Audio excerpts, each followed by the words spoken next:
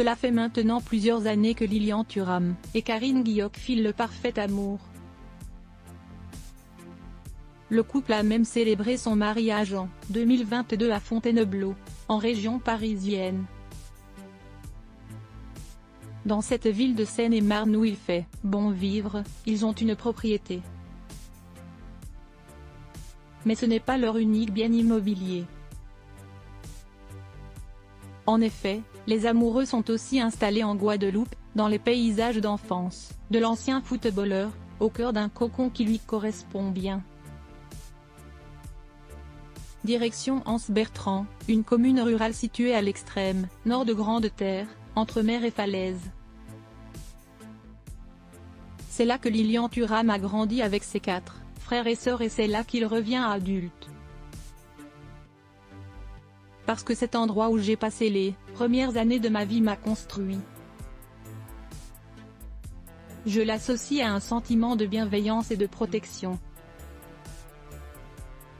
Tout le village connaissait chaque enfant, a-t-il confié à Géo en avril 2020. Aujourd'hui, il a décidé d'y élire domicile. La star du ballon rond séjourne sur place plusieurs fois par an, dans la propriété familiale. Et le moins que l'on puisse dire, c'est que c'est là qu'il se sent mieux, dans ce village de 4000 habitants. Anse-Bertrand est d'une beauté rare. On y trouve la pointe de la Grande Vigie, un endroit extraordinaire, où la côte se découpe dans la mer, déclare l'ex-compagnon de Karine Le Marchand. Sur la côte ouest, le long du sentier de l'Anscola, bien connu des habitants d'Anse-Bertrand.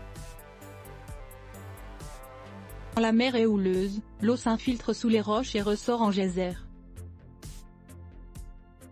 C'est magique. Autre élément remarquable de son village, la plage de la Porte d'Enfer, sa préférée comme il le confie. C'est une petite crique bordée d'arbres, dans laquelle la mer s'enfonce.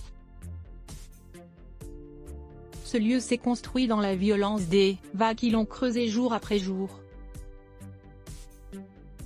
Une géographie encore en marche car à chaque seconde, des vagues continuent à y façonner la terre, déclare-t-il avec admiration. Un lieu où le couple passe de superbes moments en famille, loin de l'agitation parisienne.